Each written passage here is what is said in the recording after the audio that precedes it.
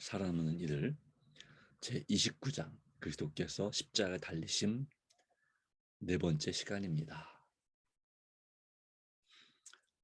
예수 그리스도의 십자가의 고난을 묵상하는 것은 우리의 큰 은혜가 됩니다. 그 묵상하는 것 자체가 예수님을 바라본다고 하는 말씀이 되겠습니다.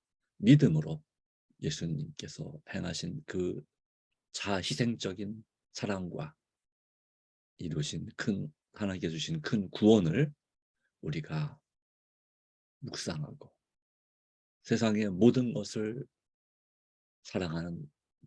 더 사랑하는 것보다 예수님을 더 사랑하는 그런 마음으로 살게 되기를 바랍니다. 누가복음 23장 34절 말씀 가운데 이제 예수께서 이르시되 아버지 저들을 사하여 주옵소서 자기들이 하는 것을 알지 못함이니이다 하시더라. 그들이 그의 옷을 나눠 제비 뽑을세.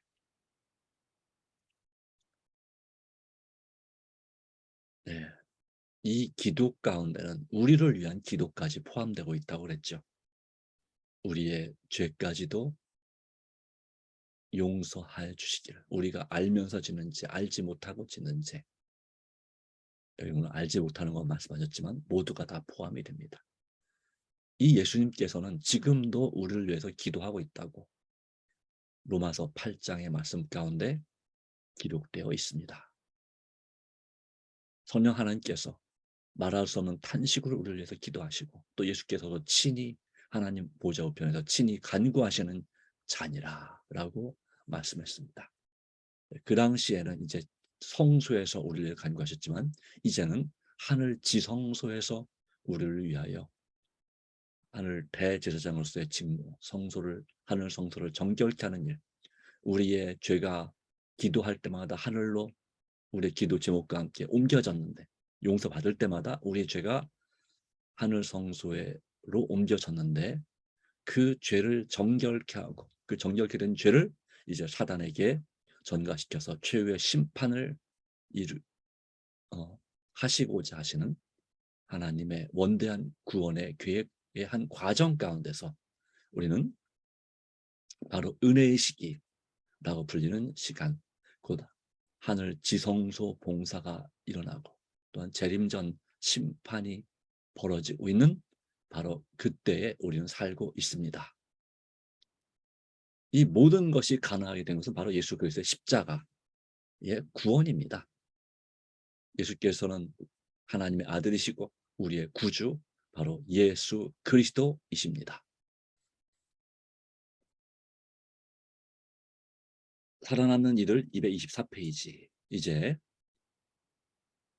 그 전까지의 시간은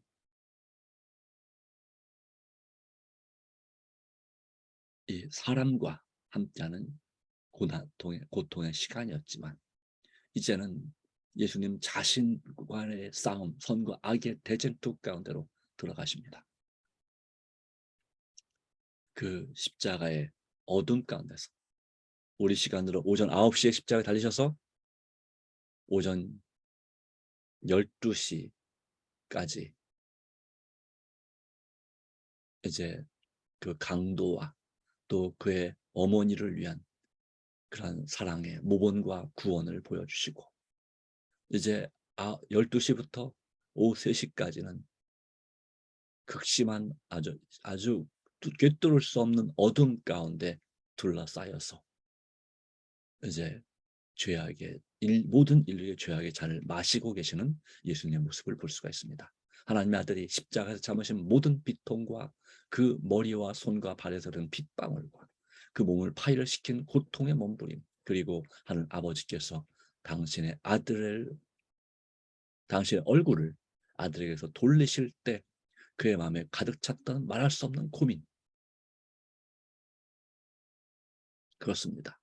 이 인류의 죄의 무게가 너무너무나 무겁고 그 죄가 너무나 하나님 앞에 혐오스럽기 때문에 이 인류의 모든 세상 죄를 진 그의 아들에게서부터 얼굴을 돌리셨다 라고 표현하고 있습니다. 예수님은 항상 이 땅에 계실 때도 하나님 아버지의 임재를 충만히 느끼고 계셨습니다. 새벽을 깨울 때부터 하나님의 임재를 구하고 또한 그분의 말씀을 듣고 그분에게서 오는 능력과 또한 지혜를 받아서 매일매일 그분은 하나님과 동행함으로 복음을 전하셨고 병자를 고치고 기적을 행하셨습니다. 그리함으로 그 마음 가운데 낮이나 밤이나 언제나 하나님의 임재를 느꼈는데 이 십자가 위에서 하나님의 임재가 사라지는 것을 느끼셨습니다. 물론 이 영감의 글에는 하나님의 임재는 사라졌지만 그 느낌은 사라졌지만 하늘 아버지께서 그 느낌 가운데도 함께 십자가 위에 계셨다. 삼위 하나님께서 함께 고난을 당하고 계셨다. 못 박히신 분은 오직 예수님, 그 아들 예수님 뿐이지만 바로 그러한 그 고민을 가리기 위해서 그 어둠이 하나님의 임재를 가리기 위해서 그 어둠이 십자가를 둘러싸고 있었다라고 하는 것을 우리가 이해해야 되지만 이 자체가 예수님에게도 정말 크나큰 힘든 고통이었습니다. 앞에 말한 것들보다 더 큰 고통이 바로 하나님께서 아버지께서 당신 얼굴을 돌리실 때 그의 마음에 가득 찼던 말할 수 없는 고민이었습니다. 이 모든 것은 하나님의 아들이 극히 잔악한 죄를 몸소 지시겠다고 동의하신 인류에 대한 사랑에서라는 것과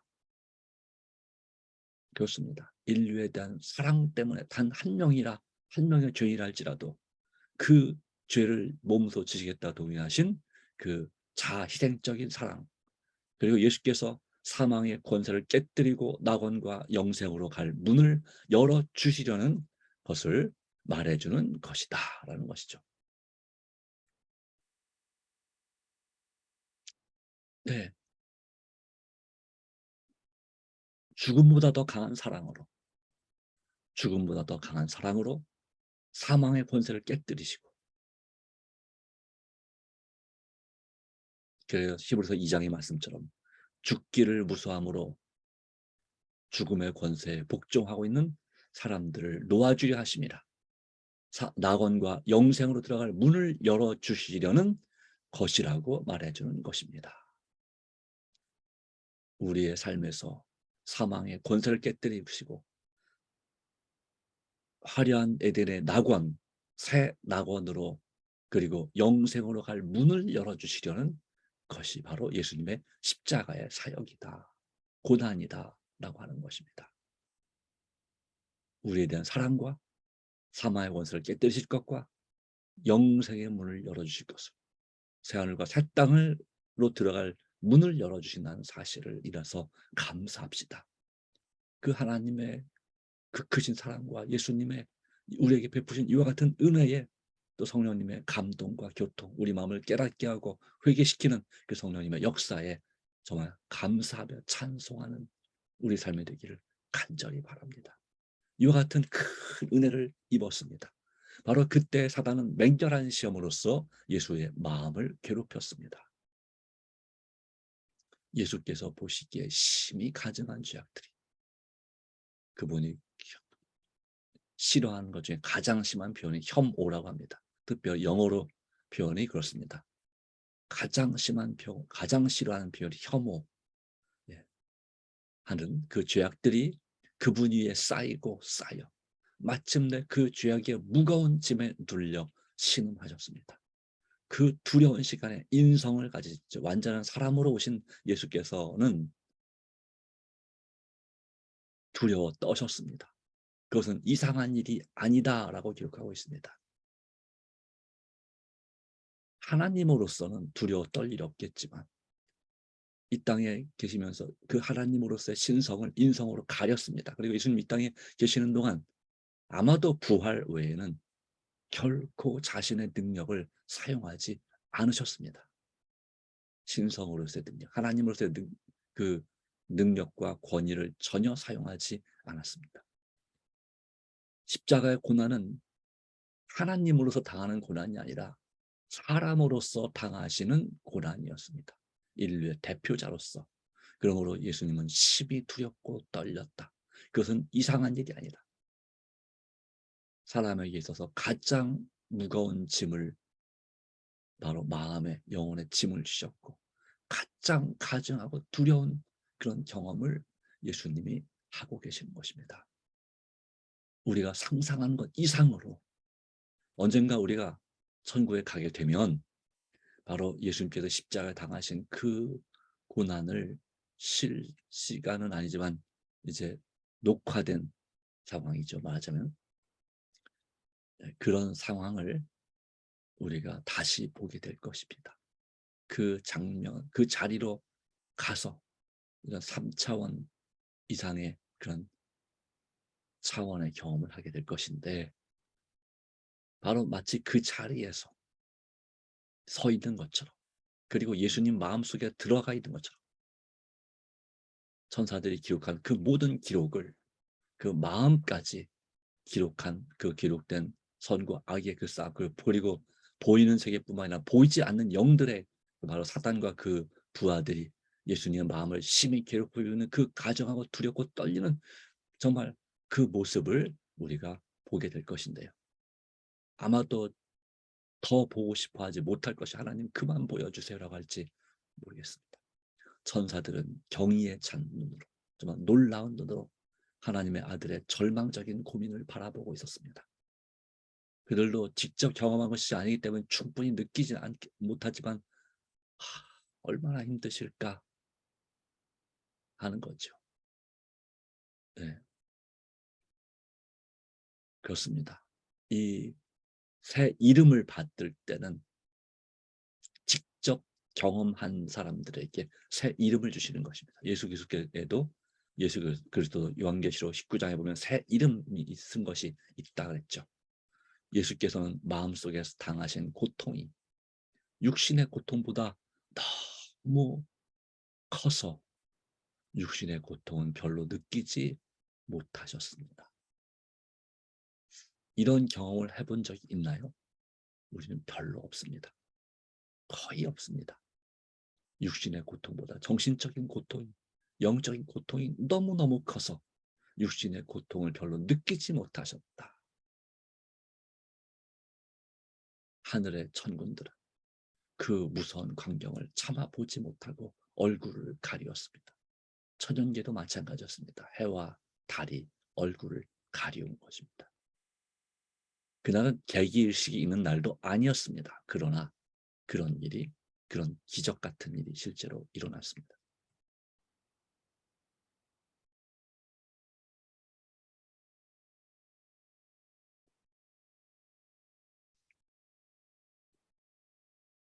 예수께서는 그러나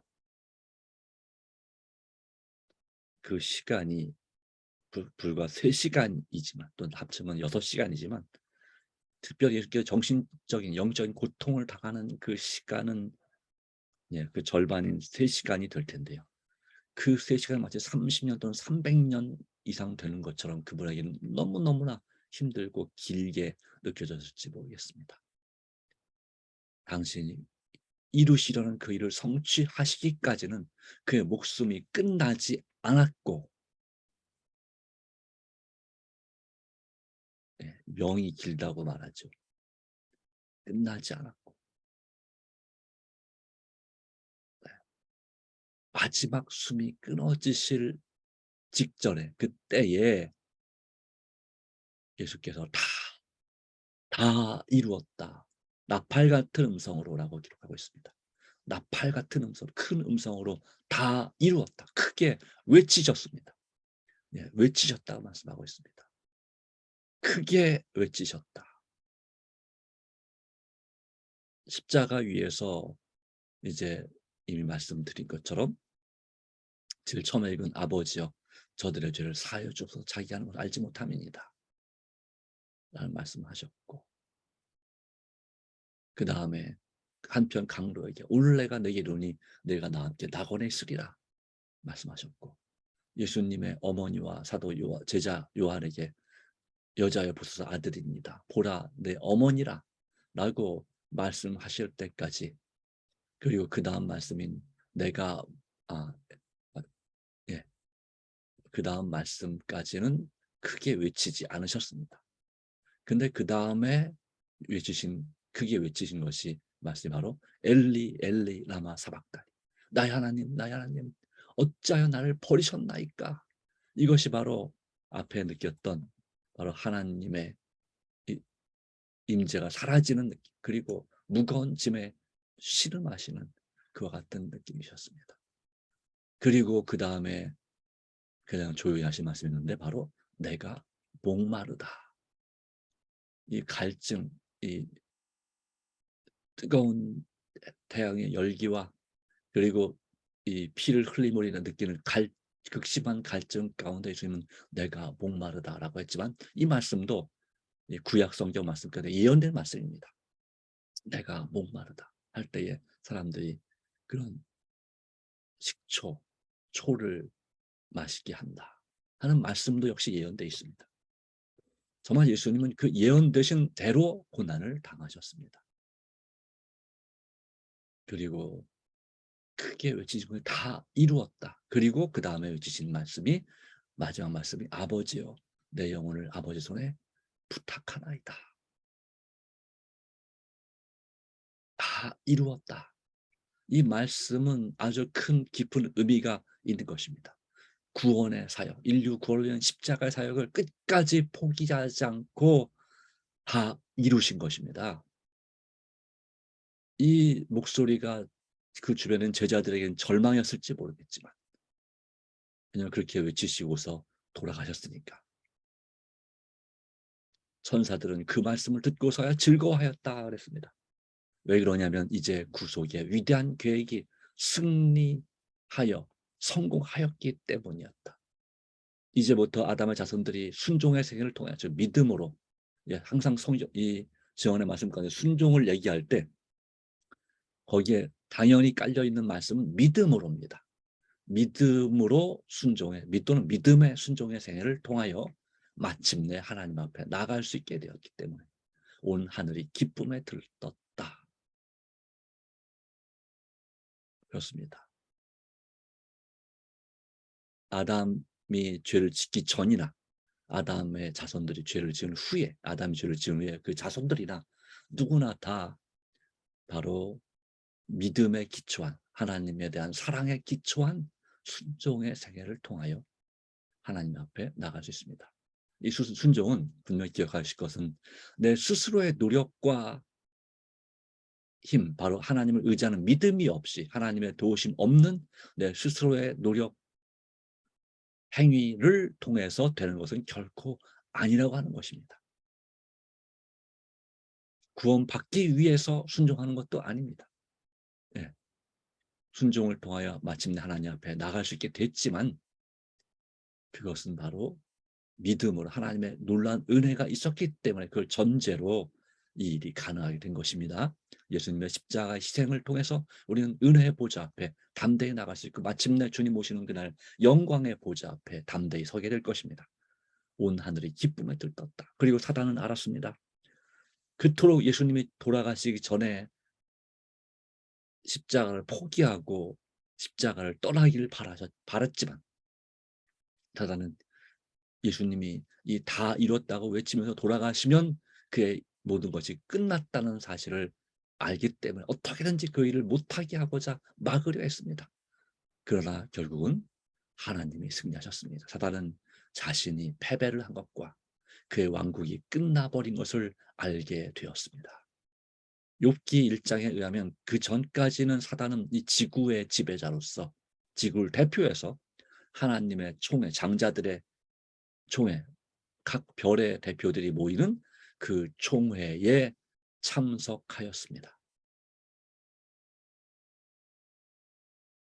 그래서 하늘에 갈 수 있었단 말입니다. 그러나 그가 이제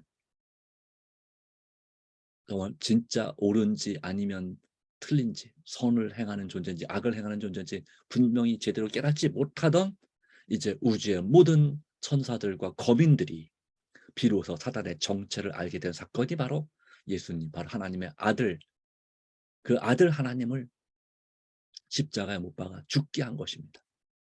그리함으로써 사단은 최종적으로 하늘에서 쫓겨나게 된 것입니다. 요한계시록 12장 9절에 큰 용이 내어 쫓기니 옛뱀 곧 이렇게 말하는 마귀 또 사단이라 하는 자라 하는 이 사단이 내어 쫓긴 것을 예언하고 있는데 또 기록하고 있는데 사실 그 예언이 아니라 과거의 역사를 기록한 것이죠. 바로 이 일은 두 번에 걸쳐 성취되는 것입니다. 첫 번째는 하늘의 전쟁, 지구 창조 무렵에 일어난 하늘에서의 전쟁을 통해서 사단이 쫓겨난 것이고, 두 번째는 이제 예수님의 십자가 사건을 통해서 이제는 선과 악의 싸움의 결정적인 승리가 이제 예수님 편에서 거두게 된 사건이 바로 그분이 스스로 이루신 믿음으로 이루신 십자가의 구원의 사건입니다. 이것은 세계 2차 대전에 있어서 그러한 결정적인 사건과 같은 그런 역할을 합니다. 유럽에서의 2차 대전은 노르망디 상륙작전, 그리고 이 태평양에서는 미드웨이 해전, 바로 그것처럼 말입니다. 또 우리나라 6.25 전쟁에서는 바로 인천 상륙작전, 1950년 9월 15일 인천 상륙작전, 바로 그것이 결정적인 그러한 전쟁의 승패의 축을 기울어지게 한 사건인 것처럼, 그 이후로도 종종 큰 위기가 있었지만 그것이 결정적인 것이었던 것처럼 인류 구원에 있어서도 예수 그리스도의 십자가 사건이 이 선과 악의 우주의 그 대투쟁의 역사 가운데서 결정적인 승리 그리고 결정적인 패배의 사건이 바로 십자가이다 하는 것입니다. 그로부터 벌써 2000년 가까운 세월이 지났습니다. 이제 2031년, 또 어떤 분들은 예수님 돌아가신 것이 2034년이라 주장하는 분도 있고, 어쨌든 2030년대 초반이 되면 이제는 예수님께서 승리하신 지 2000년이 되게 됩니다. 이게 의미가 있겠죠, 그때도. 네. 그러나 그 시기가 반드시 예수님께서 재림하실 시간인가? 성경은 그렇게 예언하고 있지 않습니다. 예수께서 오실 때는 아무도 모른다. 오직 아버지만 아신다. 예수께서는 이 땅에 계실 때 아들도 모르고 하셨습니다. 그건 예수님이 사실 거짓말 아닙니다. 예수님은 이 땅에 사람으로 오신 동안에 모든 것, 그분이 다시 오실 시기까지도 아버지 손에 완전히 맡겨놨고 알려고 하지 않았습니다. 사람으로서 그분은 모른다라고 말씀하신 것입니다. 사람을 대표해서 모른다. 그리고 그것이 중요한 문제가 아니다라고 말씀하신 거죠. 정확하게 몇 년, 몇 월, 며칠에 오시느냐 이건 중요한 게 아니라, 중요한 것은 그 오실 징조를 알고 그때를 위해 준비하는 삶이 매일매일 준비하는 것이 중요하다는 말씀을 말씀하시고자 그런 말씀하신 것입니다. 이제 천국에 가신 우리 예수님은 하나님으로서의 그 영광의 자리를 다시 회복하셨기 때문에 아시겠죠. 하나님으로서는 아십니다. 사람으로서 모른다 이 말이죠. 네. 이제는 바로 그 때가 사단의 왕국을 완전히 끝내는 영광의 왕국이 등장하는 그 때가 가까워지고 있는 시대에 살고 있습니다. 이 모든 것은 무엇으로 이루어진다고요? 예수 그리스도의 십자가의 승리로 이루어지는 보증이고 약속인 것입니다. 네, 그렇습니다. 이 십자가에 달리신 의미, 그리고 마침내 다 이뤘다 말씀하시면서 십자가의 고난을 승리로 끝내신 그 의미를 완성시키는 것은 바로 뭐였냐면 예수님의 부활이었습니다. 만약에 예수님께서 십자가에 달려 돌아가시고 나서 부활하지 못하셨다면 이것은 사단이 승리했다는 증거가 된다라고 했습니다. 어디 나옵니까? 고린도전서 15장에 부활장이죠. 고린도전서 15장 부활장. 그리스도의 부활이 없으면 모든 그리스도인들의 부활도 헛것이고 그 부활을 믿는 우리도 헛것이다. 라고 말씀하고 있습니다. 사도 바울의 그 견해는 영감받은 그런 가르침으로서 성령의 깨달음으로 주신 말씀으로서 정확한 말씀입니다. 그렇기 때문에 사탄은 유대인들을 시켜서 예수님의 무덤을 지킬 군사를 보낼 것이 필요하다고 생각했습니다. 인위적으로 인간적인 힘과 또 사단의 능력으로 예수님의 부활을 막고자 했습니다. 근데 여러분, 무덤 문을 막아봤자 그게 무슨 힘이 된다고. 그러나 그렇게 하여튼 어쨌든 간에 이 사람을 시켜서 사람들은 물리적으로 무덤을 막았고, 돌을 바위 무덤이었습니다. 바위를 판 그 무덤이었습니다. 그런데 이제 수직으로 판 것이 아니라 수평으로 팠죠. 바위 절벽에 그 돌무덤을 파고 만들고 큰 돌로 돌을 굴려서 막아놓은 그런 무덤, 바로 나사로의 무덤과 같은 무덤이었습니다. 가난한 사람들은 그냥 땅을 파고 묻었지만 좀 돈 있는 부자들은 이렇게 돌 무덤을 갖고 있었다고 하는 거죠. 그래서 이런 돌로 된 무덤을 부자의 묘실이다라고 표현합니다. 부자들이랑 가능했던 거니까요. 그렇죠. 네, 돌을 파가지고 굴을 만드는 것, 석굴을 만드는 것은 그게 가난한 사람들이 할 수 있겠습니까? 꽤 많은 돈이 드는 일인데. 네, 그렇죠. 네. 그렇게 물리적으로 막고자 했고, 사단은 영적인 면에서 사단의 그 부활시키는 천사들을 막고자 했습니다. 하나님의 능력을 막고자 했습니다. 그러나 어떻게 피조물이 창조주의 능력을 막을 수 있겠습니까? 헛된 짓이었습니다. 헛된 노력이었습니다. 그럼에도 불구하고 그렇게 막아야 마음이 편하다 생각했습니다. 그러나 그것은 아무도 몰래 그 무덤에 손대지 못하게 하며, 또한 예수의 제자들이 예수의 시체를 가져가 유혹하는 일을 하지 못하게 하려는 온갖 수단을 다한 것입니다. 적어도 100명의 군대가, 로마 군병들이 그 무덤을 지키고 있었습니다. 철통같이. 네, 로마 군대에게 아주 중요한 규율이 있었는데, 그것은 바로 경계에 실패하면 안 되는 것입니다. 전쟁에 지면 목숨만은 구할 수 있을지 모르지만 만약에 경계에 실패하면 그냥 사형입니다. 사형이에요. 네. 그 베드로를 헤롯 왕이 감옥에 잡아 가두었을 때 천사의 하나님께 보낸 천사가 베드로를 그 감옥에서 빼냈죠. 지하 감옥에 그 착고의 체육뿐만 아니라 양쪽의 군사들이 팔짱 끼고 딱 잠들어 있었단 말이죠. 예, 그런데 그것을 다 풀고 깊은 잠에 빠지게 하고 가문문을 열고, 예, 빼냈습니다. 그런데 아침이 되어서 난리가 났죠. 예, 베드로가 사라진 것입니다. 감옥에서. 그때 헤로드 왕은 그 감옥을 지키던 그 군병들을, 특별히 베드로의 감옥을 지키던 군병들을 신문하고 결국은 사형 명령을 내렸습니다. 그것은 잘못된 명령이었다라고 판단합니다. 그러나 어쨌든 간에 이 헤롯은 그렇게 했고, 그 결과 헤롯은 심판을 받아 죽었죠. 벌레가 먹어서 먹는 병에 걸려서 죽게 됩니다. 어쨌든 마치 그때처럼 이 영적으로나 육적으로 예수님의 부활을 막고자 모든 계획과 수단을 다했지만, 그것은 다만 예수의 부활에 대한 개선의 기쁨을 더욱 완전하게 하였고, 예수님께서 부활하셨다는 사실을 더욱 확실히 증명하는 결과가 되고 말았다 라고 하는 것입니다. 그렇죠. 무덤을 돌로 막고 인봉했던 그 경험, 예.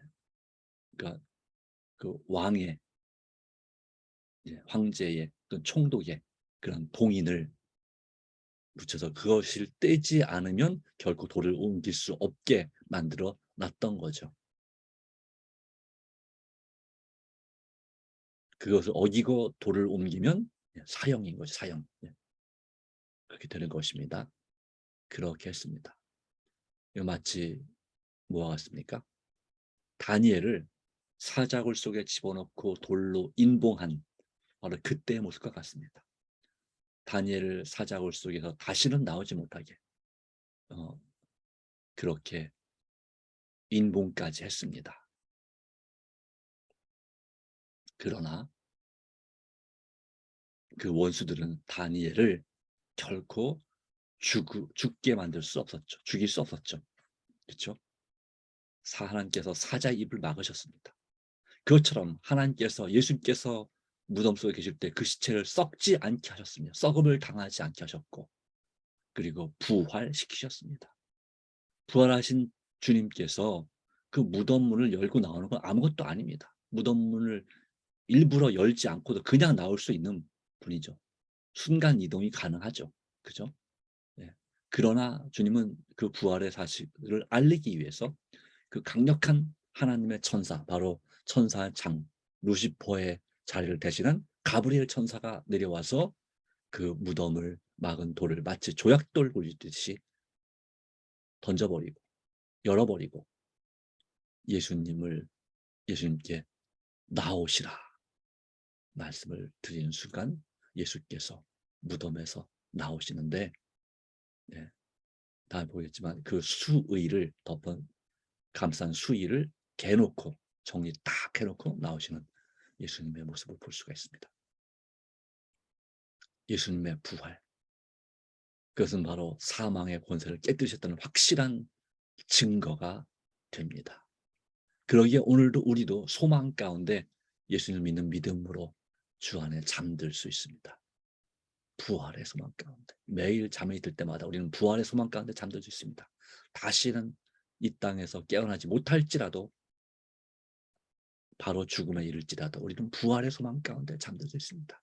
그러기에 우리는 매일 잠이 들 때마다 진심으로 기도하고 우리의 모든 죄를 다 회개하고 주님께 모든 걸 다 맡기고 잠드는 이 죽음 연습, 부활 연습을 우리는 해야 될 줄로 믿습니다. 믿음으로 삽시다. 날마다 모든 걸 주님께 맡기고 믿음으로 삽시다. 믿음으로 기도하고 믿음으로 간구하며 삽시다. 하나님 은혜가 함께하기를 간절히 바랍니다.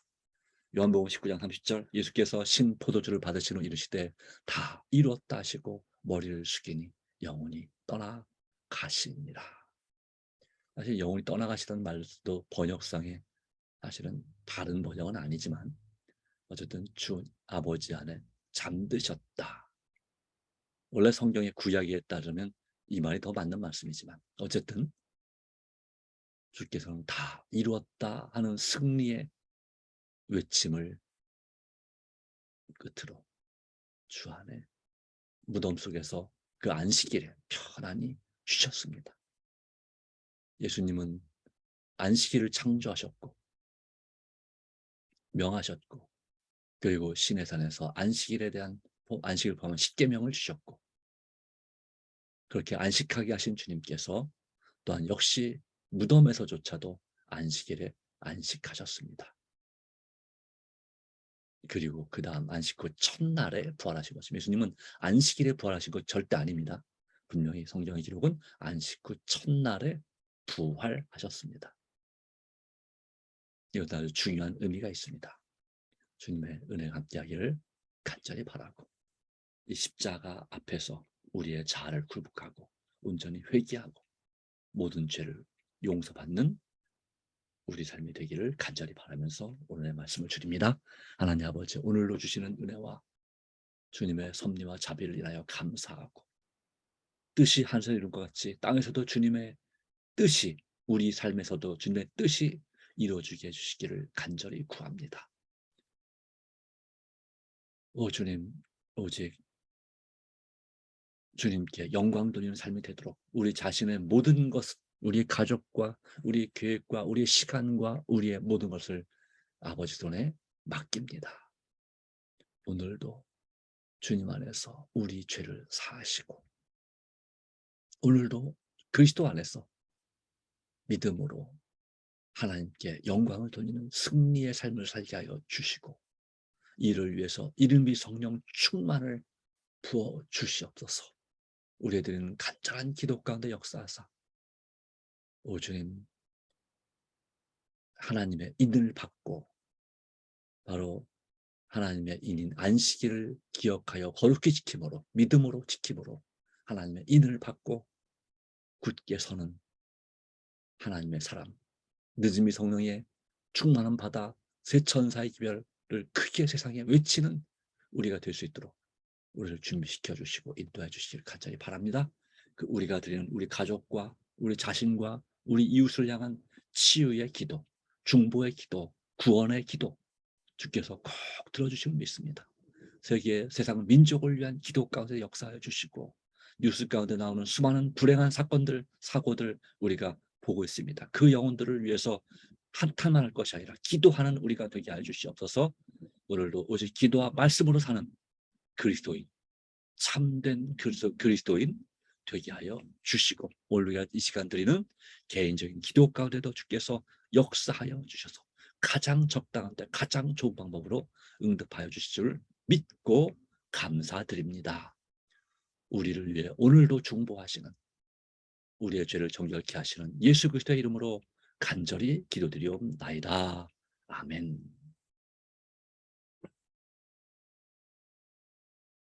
네, 감사합니다. 하나님의 은혜가 오늘 저와 여러분에게 함께하기를 간절히 바랍니다. 개인 기도로서 새벽 기도에 마치도록 하겠습니다. 꼭 개인 기도하는 시간을 가지시기 바랍니다. 따로 성경 말씀을 읽고 또 여기는 10가지 중보 기도 제목 포함해서 개인 기도하는 시간 꼭 가지시기 바랍니다. 감사합니다.